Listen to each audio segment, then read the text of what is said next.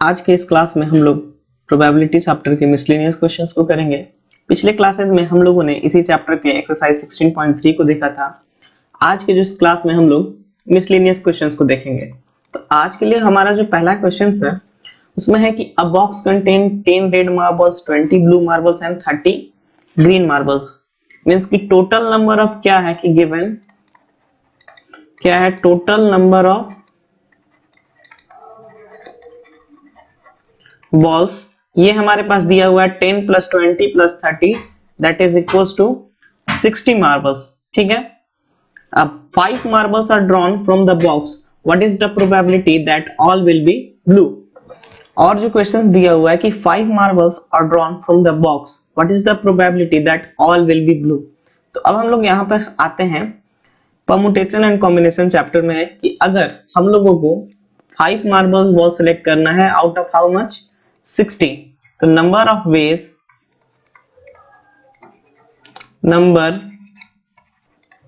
of ways in which 5 marbles are selected out of 60 is 60C5। ठीक है, अब क्या बोल रहा है कि पहला question all will be blue, means कि हम लोग जो सिलेक्टेड बॉल्स है वो क्या होने चाहिए, ब्लू होने चाहिए। तो total number of blue balls कितने हैं, 20 है। ठीक है, तो 5 मार्बल बॉल्स या 5 blue marbles can be drawn from 20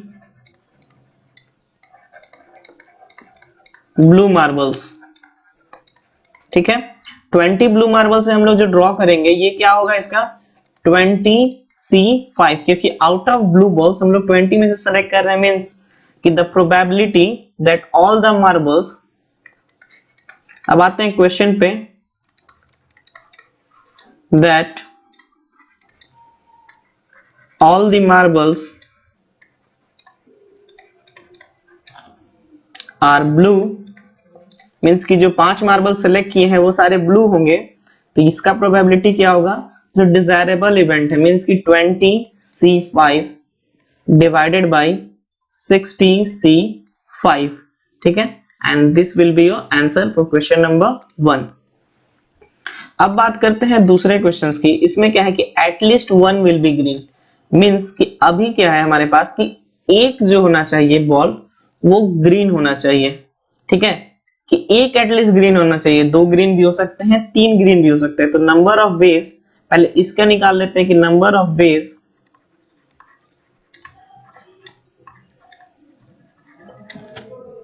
in which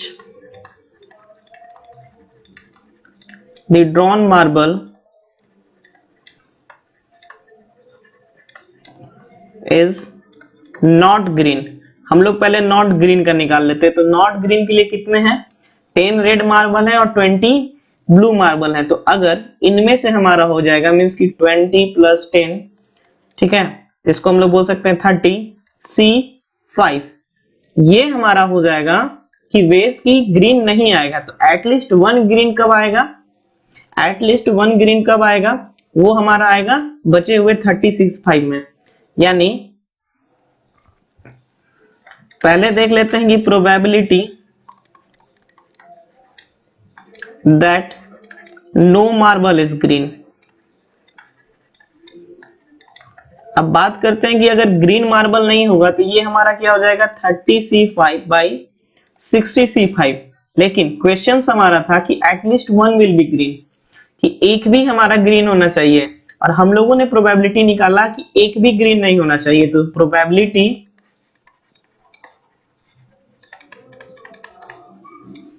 that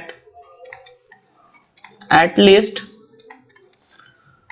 1 will be green is 1 minus 30C5 divided by 60C5, and this will be your answer for question number 2। ठीक है, तो यहाँ पर हमारा सिर्फ प्रोबेबिलिटी का ही बात नहीं हुआ, यहाँ हम लोगों ने परमुटेशन एंड कॉम्बिनेशन को भी देखा कि वेज क्या क्या है हमारे पास। ठीक है, आगे बढ़ते हैं। आगे बढ़ने से पहले बता दें कि ये हमारा एजुकेशन कैंपस का चैनल है जो कि यूट्यूब पे चलाया जाता है। इस चैनल पर आपको क्लास 5 से लेकर क्लास 12 तक के सारे सब्जेक्ट के एनसीईआरटी सॉल्यूशन मिलेंगे। एनसीईआरटी सॉल्यूशन के अलावा आपको हमारे इस चैनल पर हर तरह के स्टडी रिलेटेड मटेरियल्स भी मिल जाएंगे। अब आते हैं क्वेश्चन नंबर 2 में। यहां पर भी है हमारा परमुटेशन एंड कॉम्बिनेशन यूज होगा। यहाँ क्या है कि 4 card are drawn from a well shuffled deck of 52 cards. ठीक है, what is the probability of obtaining 3 diamonds and 1 spade. ठीक है, तो हम लोग पहले देखेंगे कि total number of ways of selecting 4 cards कितने हैं। ठीक है, total number of ways of selecting 4 cards. ठीक है, तो 4 कार्ड को सेलेक्ट करने का ये जो है हमारा वो क्या है 52C4 मींस की 4 कार्ड्स आउट ऑफ 52। ये हो गया number of ways of selecting 4 cards. अब जो डेक होता है उसमें हमारा दिया हुआ है कि 52 कार्ड्स होता है, तो 52 कार्ड्स में हार्ट, डायमंड, स्पेड हर तरह के रहते हैं, मींस की 4 अलग अलग कॉम्बिनेशन है। तो हमको इस बार क्या चाहिए कि 3 डायमंड चाहिए एंड 1 स्पेड चाहिए। तो डायमंड जो होता है वो 13 ही होता है। डायमंड जो होता है हमारे पास वो 13 ही होगा क्योंकि चारों का कॉम्बिनेशन हमारा 13, 13 और 13 का होता है। तो हमको 13 में से इस 3 को सेलेक्ट करना होगा एंड स्पेड जो है वो 13 जो होगा उसमें से हमको एक सेलेक्ट करना होगा, यानी कि number of veg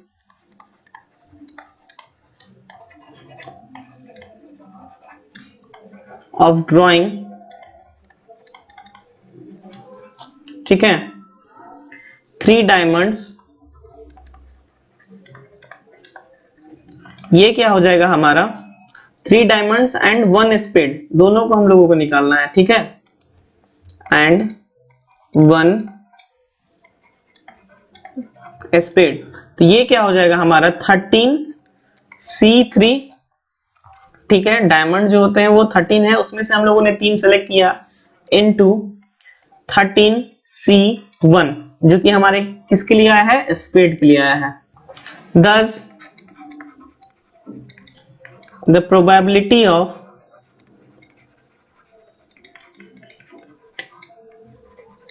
obtaining 3 diamonds and 1 spade is जो डिजायरेबल है वो by total number of possible outcomes, that is 52C4 and this will be your answer। ठीक है, अब नेक्स्ट है क्वेश्चन नंबर 3। क्वेश्चन नंबर 3 क्या है कि a die has 2 faces each with number 1, 3 faces and with number 2 and 1 faces with number 3. If die is rolled 1, determine probability of 2, probability of 1 और 3 और probability of not 3। ठीक है, तो question के according जो हमारा डाई है उसमें क्या है कि 2 faces each with number 1 means कि 2 फेस ऐसा है जिसपे नंबर 1 है, 3 faces each with number 2 and 1 faces with number 3 means कि डाई जो है हमारा इस तरह का है। तो if die is rolled 1 determine probability of 2, तो टोटल नंबर ऑफ फेसेस क्या है हमारे पास, टोटल नंबर ऑफ फेसेस जो है हमारे पास वो है हमारे पास 6। अब total number of faces with probability 2 या फिर with faces with number 2। Question number 1, number of faces with number 2 is equals to 3, यानी कि प्रोबेबिलिटी ऑफ 2 हमारा क्या हो जाएगा, ये हमारा हो जाएगा 3/6 that is equals to 1/2। Question number 2, 1 और 3, तो प्रोबेबिलिटी ऑफ 1 हम लोगों को चाहिए, प्रोबेबिलिटी ऑफ 3 चाहिए, उसके बाद प्रोबेबिलिटी ऑफ 1 और 3 हम लोग निकालेंगे। तो सबसे पहले P1 और 3 को हम लोग क्या लिख सकते हैं कि क्वेश्चन में बोल रहा है कि या तो 1 आना चाहिए या फिर 3 आना चाहिए, 1 या 3 में से कोई एक आना चाहिए। मींस कि हमारे पास क्या बोल रहा है, P02 आना चाहिए। ठीक है, अगर 2 और 3 1 है, यही 3 नंबर है, बोल रहा है कि 1 या 3 आना चाहिए, मींस कि 2 नहीं आना चाहिए।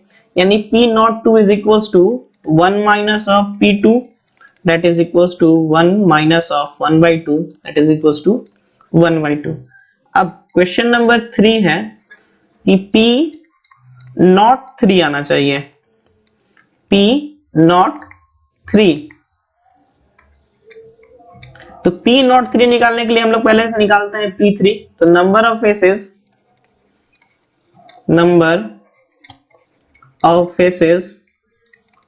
विथ नंबर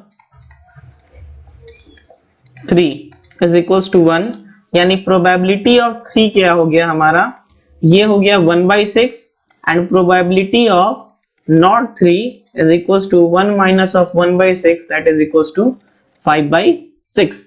मींस कि हमारे पास इस क्वेश्चन के लिए जो 3 आंसर आए वो क्या था, 1/2, अगेन 1/2 एंड दिस 5/6। ठीक है, question number 4।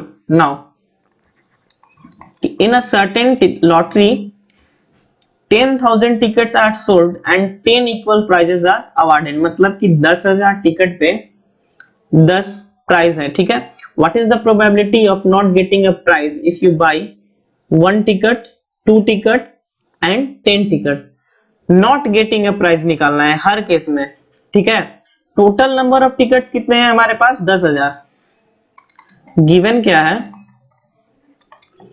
Total number of tickets, ये हमारे पास है 10,000 और 10 पे प्राइस दे रहा है। प्राइस अवार्डेड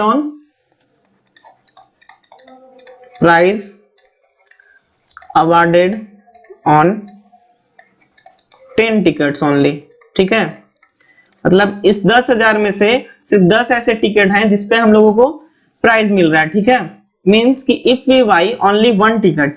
अब आते हैं क्वेश्चन नंबर ए में कि अगर हम लोग सिर्फ एक ही टिकट खरीदते हैं तो probability of getting a prize क्या हो जाएगा।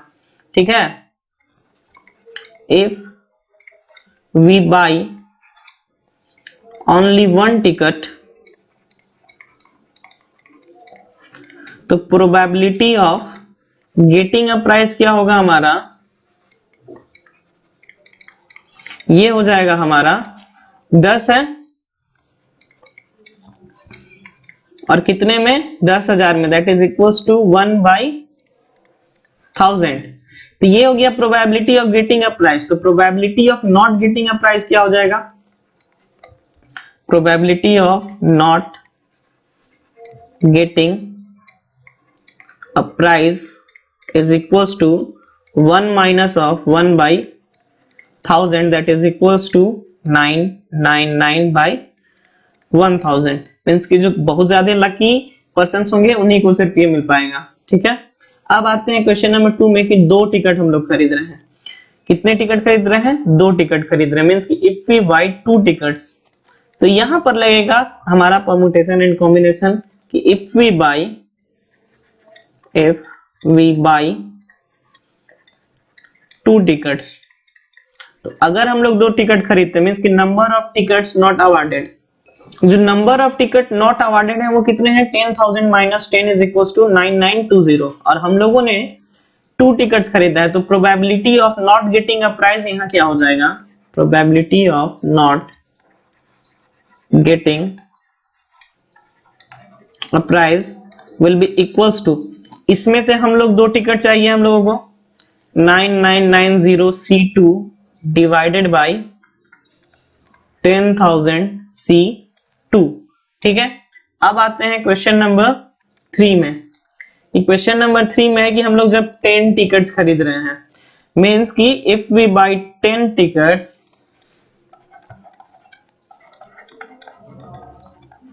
अगर 10 टिकट खरीद रहे हैं तो probability of not getting a price,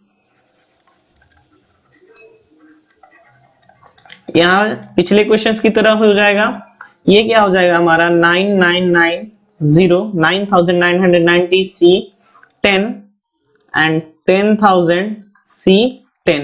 ठीक है, ये तीनों हमारा क्या हो गया, आंसर हो गया इस केस में। अब आते हैं नेक्स्ट, जो कि है हमारा क्वेश्चन नंबर 5। क्वेश्चन नंबर 5 है कि out of 100 student to section of 40 and 60 are form. 100 student है, दो सेक्शन बनाया गया 40 and 60। If you and your friend are among the 100 student, हम लोग 2 जन हैं, वो इन 100 स्टूडेंट के बीच में है कि what is the probability that you both enter the same section and you both enter the different section. तो पहले देखते हैं, बात करते हैं कि total number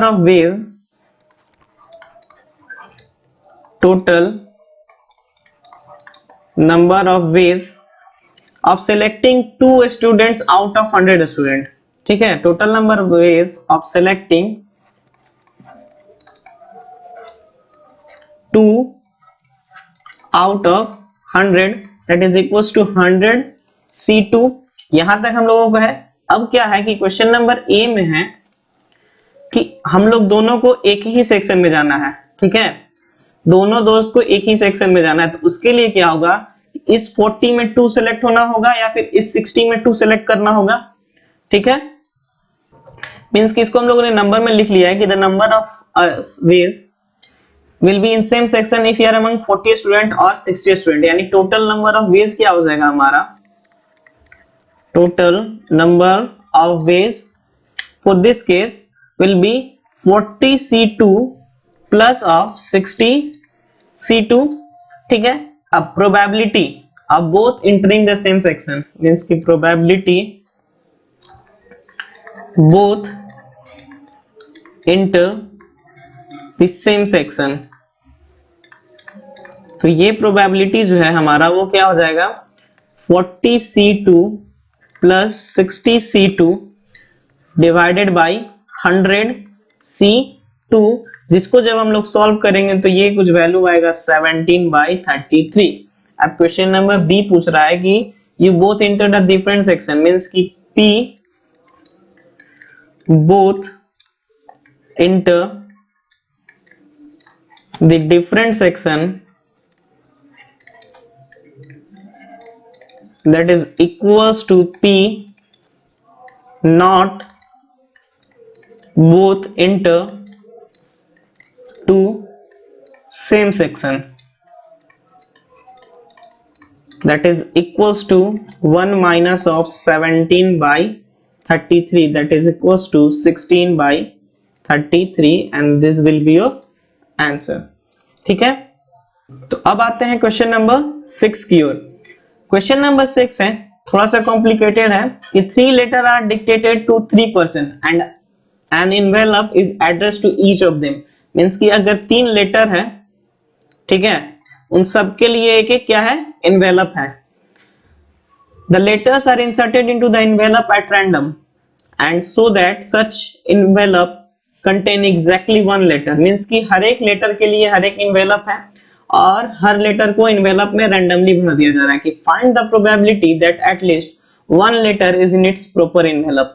ठीक है, मान के चलिए यहाँ पर क्या है कि 3 लेटर है, तो L1 L2 L3 कोई 3 लेटर है, उसको E1 E2 E3 3 इनवेलप्स में डाल रहे हैं। तो हो सके L1 को एक बार E1 में डालें, ये तो ठीक है, लेकिन L2 को क्या है E3 में डाल दिए।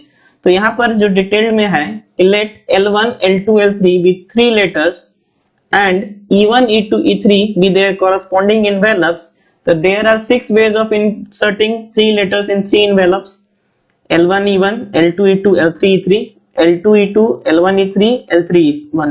तो इस तरह से हमारे पास 6 वेज है। अब हम लोगों को ये देखना है कि इनमें प्रॉपर्ली कितने इंसर्टेड हैं। L1 E1 एक मिल गया, यहाँ तो तीनों हैं L2 E2 L3 E3, यहाँ पर भी एक है प्रॉपर्ली कि लेटर 2 इनवेलप 2 में है, इसमें भी है, इसमें भी है, लेकिन इन दोनों केसेस में नहीं है। ये 4 ऐसे हैं, there are 4 ways in which at least one letter is in proper envelope। ठीक है, thus the required probability, thus the probability is 4/6 that is equals to 2/3। अब आते हैं क्वेश्चन नंबर 7 में। ठीक है, यहां क्या है कि A and B are two events such that, तो क्या दिया हुआ है गिवन एक बार देख लेते हैं। PA दिया हुआ है 0.54, PB दिया हुआ है, चलिए PB दिया हुआ है 0.69 and PA intersection of B दिया हुआ है 0.35। तो क्वेश्चंस क्या क्या यहाँ पे पूछ रहे हैं, क्वेश्चंस की बात करते हैं। क्वेश्चन नंबर 1 कि PA यूनियन B फाइंड करना है, तो PA union B is actually equals to PA plus PB minus of PA intersection of B।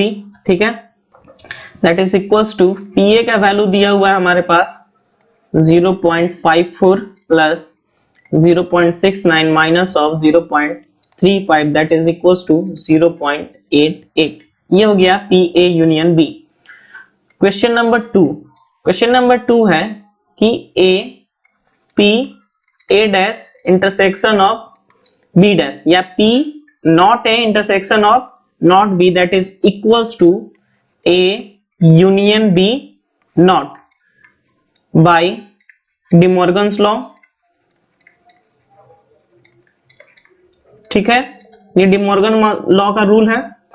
This implies that कि P A not intersection of B not is equals to 1 minus of 0.88 that is equals to 0.12। ये हो गया question number 2। अब आते हैं question number 3 की ओर। Question number 3 है कि P A intersection of B not, ठीक है, that is equals to P A minus of P A intersection of B that is equals to 0.54 minus of 0.35 that is equals to 0.19। जो last बचा वो क्या है कि P B intersection of A dash. अब यहां क्या करेंगे हम लोग कि हम लोगों के पास फॉर्मूला क्या था जो डी मॉर्गन्स लॉ हम लोग यूज करते हैं कि N B intersection of A dash is equals to NB minus of N A intersection of B। ये हमारा डी मॉर्गन्स लॉ था या फिर एक लॉ था जिससे आगे हम लोग बढ़ेंगे। तो आगे हम लोग इसमें क्या करेंगे, इसको तीनों को हम लोग NS से डिवाइड कर देंगे, मींस कि NB intersection of A dash by NS is equals to NB by NS minus of N A intersection of B by NS। ठीक है, इससे आप इस क्वेश्चन नंबर 3 को भी देख सकते हैं, यही काम इसमें भी हुआ है। दिस इंप्लाइज दैट यहां पर क्या हो जाएगा, probability of B intersection of A dash is equals to probability of B minus of probability of A intersection of B। Question number 3 के लिए भी आप यही से इसको समझ सकते हैं। दिस इंप्लाइज दैट कि P B intersection of A dash is actually equals to PB। PB क्या है हमारा minus of 0.35 that is equals to 0.34 and this all are your answer for this question number 7। अब आते हैं question number 8 की ओर। Question number 8 है, data बहुत बड़ा है, क्वेश्चन उतना बड़ा नहीं है कि from the employ of a company 5 person are selected to represent them in the managing committee of the company. Particular of 5 persons are as follow। Serial number दिया हुआ है, Harish, Rohan, Sheetal, Alice, Salim, male male female female male, और सबका as दिया हुआ है। अब क्या है कि a person is selected at random from this group to act as a spokesperson। पहले 5 पर्सन को सेलेक्ट किया गया है, ये पांचों पर्सन हैं। अब इन पांचों में से एक स्पोक्स पर्सन सेलेक्ट किया है कि what is the probability that the spokesperson will be either male or over 35 years.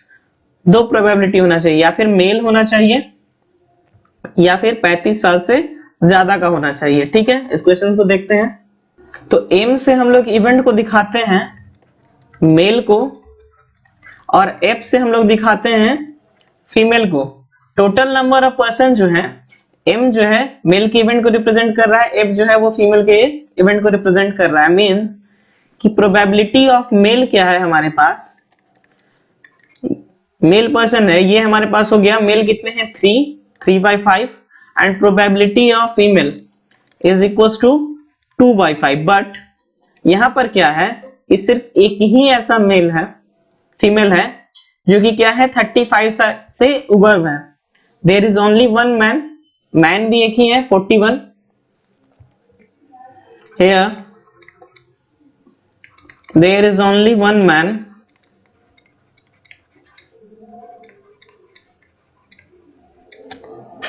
who is over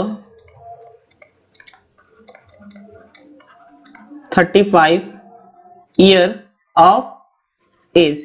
means यहां पर क्या है कि P male intersection of female, ये कितना आ गया हमारा 1/5। नंबर ऑफ मेल्स को ध्यान देना है कि 3 है, नंबर ऑफ फीमेल क्या है 2 है, तो ये 2/5 हो गया।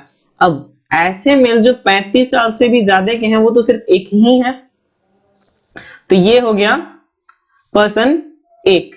अब हम लोगों को निकालना है कि या तो वो मेल होना चाहिए या फिर वो 35 इयर्स के एबव होना चाहिए, यानी कि we have to find probability of either male और over 35 years, that is equals to P M union of F। तो यहां से क्या हो गया कि प्रोबेबिलिटी ऑफ मेल भी आ गया जो कि 3/5 है। चलिए एक बार फॉर्मूला ही लिख लेते हैं हम लोग कि probability of male plus probability of female, जिसमें से मेल के लिए हम लोग 35 ईयर वाला नहीं लगा रहे हैं, तो उसके इंटरसेक्शन को भी माइनस कर रहे हैं, m intersection of f that is equals to 3/5 plus 2/5 minus of 1/5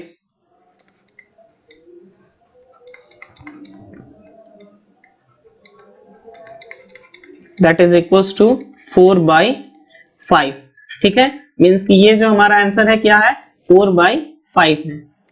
अब इसको अगर आप नॉर्मल भाषा में भी देखें तो इसको आप हम लोग कर सकते हैं कि person is selected at random to act as a spokesperson, what is the probability that the spokesperson will be either male। तो मेल कितने हैं 1 2 3 एंड ओवर 35 ईयर, तो मेल तो है ही, तो 35 ईयर के ओवर में क्या है फीमेल है 4, प्रोबेबिलिटी क्या हो गया 4/5 हो गया। ठीक है, क्वेश्चन नंबर 9। क्वेश्चन नंबर 9 है कि if a 4-digit number greater than 5000 are randomly formed from the digit 0 1 3 5 and 7, what is the probability of forming a number divisible by 5। तो 4 डिजिट का नंबर बनाना है हमको। ठीक है, 4 डिजिट का अगर कोई हमारा नंबर है और क्या बोल रहा है कि ग्रेटर देन 5000 से ग्रेटर होना चाहिए, मींस कि यहां पर सिर्फ 5 या फिर 7 ही हो सकता है, 3 1 या 0 नहीं हो सकता है। मींस कि इसको कितने तरीके से भर सकते हैं, दो तरीके से। The digits are repeated, digits are repeated। और ये भी बोल रहा है कि what is the probability of forming a number divisible by 5 when the digits are repeated। तो यहां पर हम लोग 0 या 5 ही भर सकते हैं। 1 3 या 7 अगर लास्ट में रख दिए तो ये तो 5 से कटेगा नहीं, मींस कि इस पोजीशन को हम लोग कितने तरीके से भर सकते हैं, सिर्फ दो तरीके से भर सकते हैं। अब बचा ये, तो यहां पर हमारे पास कितने नंबर हैं 1 2 3 4 5, तो इसको हम लोग कितने 5 तरीके से और इसको भी 5 तरीके से भर सकते हैं। ठीक है, तो फॉर दिस केस कितने 5000 से, यानी कि number total number of 4 digit numbers, total number of 4 digit number greater than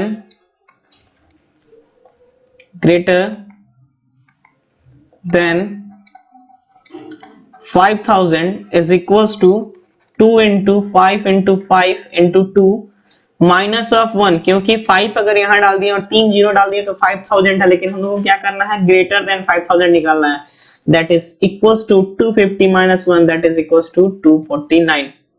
ठीक है, ये हो गया total number of 4 digit number greater than 5000। And अब ये हमारा हो गया 5000 से ग्रेटर। जब हम लोग यहाँ पर भी 5 कर रहे हैं, ये कब हुआ है हमारा, जब यहाँ पर भी हमारे 5 नंबर हैं। अब क्या बोल रहा है क्वेश्चन नंबर 1 की द डिजिट्स आर रिपीटेड, तो उसमें ये केस लगेगा कि यहाँ सिर्फ कंडीशन क्या हो जाएगा, मिनिमाइज हो जाएगा, यहाँ सिर्फ 0 या फिर 5 ही भर सकते हैं, तो ये 2 वेज हो जाएगा। ठीक है, तो probability of forming a number divisible by 5, तो number of 4, total number of 4 digit numbers, number of 4 digit number which is divisible by 5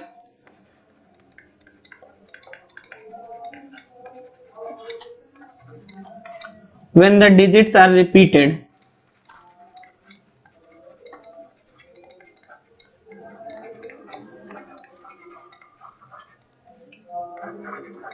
ये कितना हो जाएगा, इसको हम लोग 2 तरीके से भर सकते हैं, इसको 5 तरीके से, इसको 5 तरीके से, और इसको 2 ही तरीके से, और -1 करेंगे क्योंकि 5000 नहीं होना चाहिए। तो ये कितना हो गया, 2 2 जा 4, 4 into 25 that is 100 minus 1 that is equals to 99। thus the probability, thus the required probability is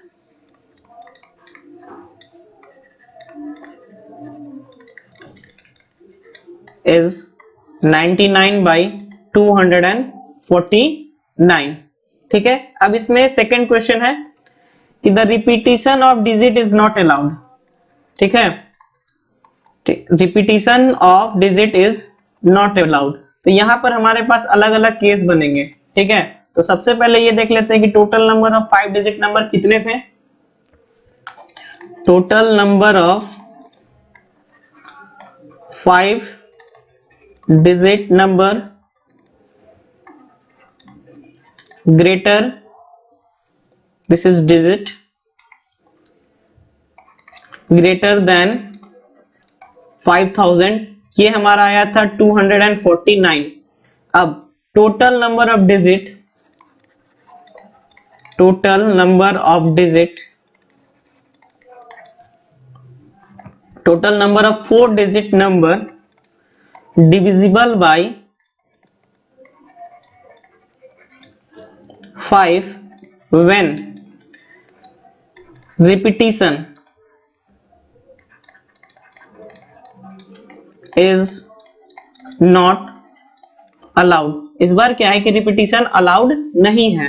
तो ये जो हमारा 249 आया था, ये कब था कि डिजिट रिपीट हो रहा था। इस पर क्या है कि हमारे पास सबसे पहले बात करते हैं, हम लोगों ने अभी क्या लिखा है कि total number of 4 digit number divisible by 5, या फिर अभी हम लोग total number of 4 digit number greater than 5000 निकाल लेते हैं। ठीक है, ग्रेटर देन 5000 निकाल लेते हैं,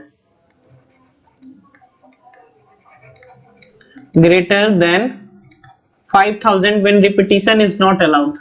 तो इसको तो 2 ही तरीका से भर सकते हैं, या तो 5 या तो 7, मींस कि यहाँ 2। इसको हम लोग बचे हुए नंबर मान के चलिए कि अगर 2 तो 4 1 5 नंबर है, यहाँ पर एक कोई नंबर है, तो यहाँ पर 4 3 2 इतना ही नंबर बचा।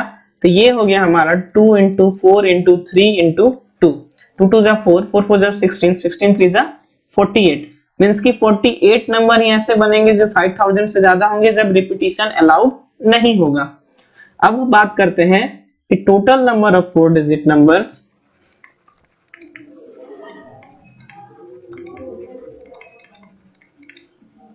greater than 5000 and divisible by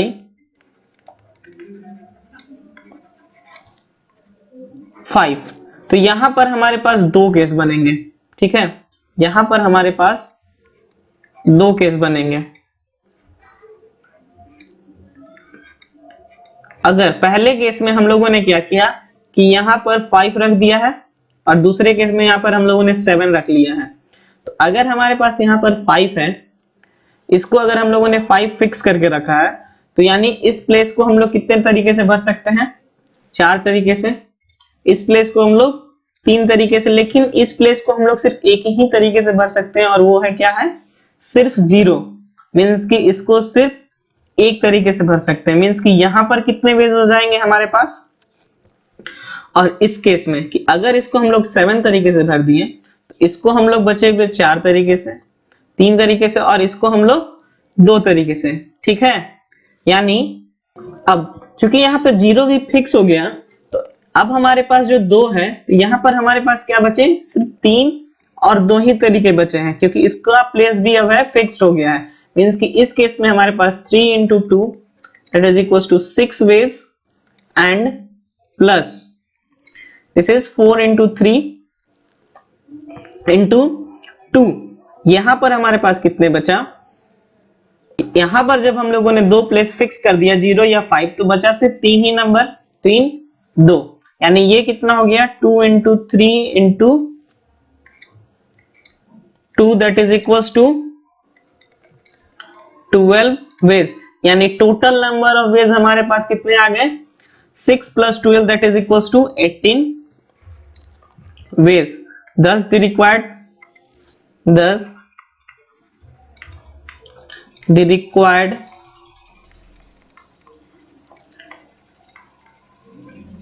probability is 18/48।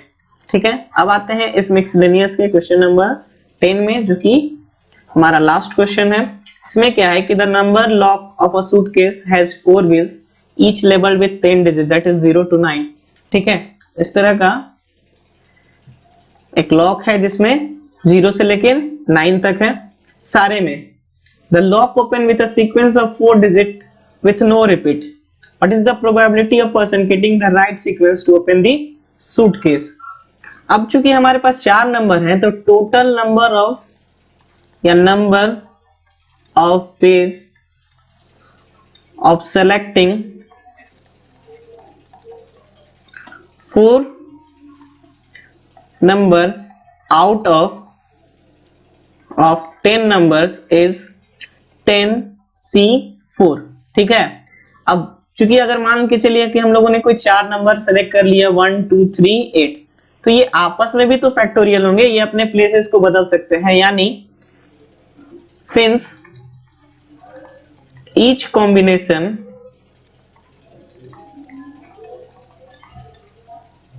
Of 4 digit number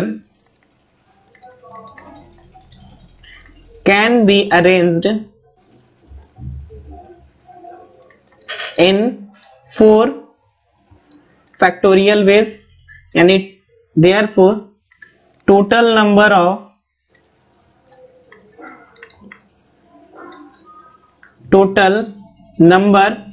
of 4 digit number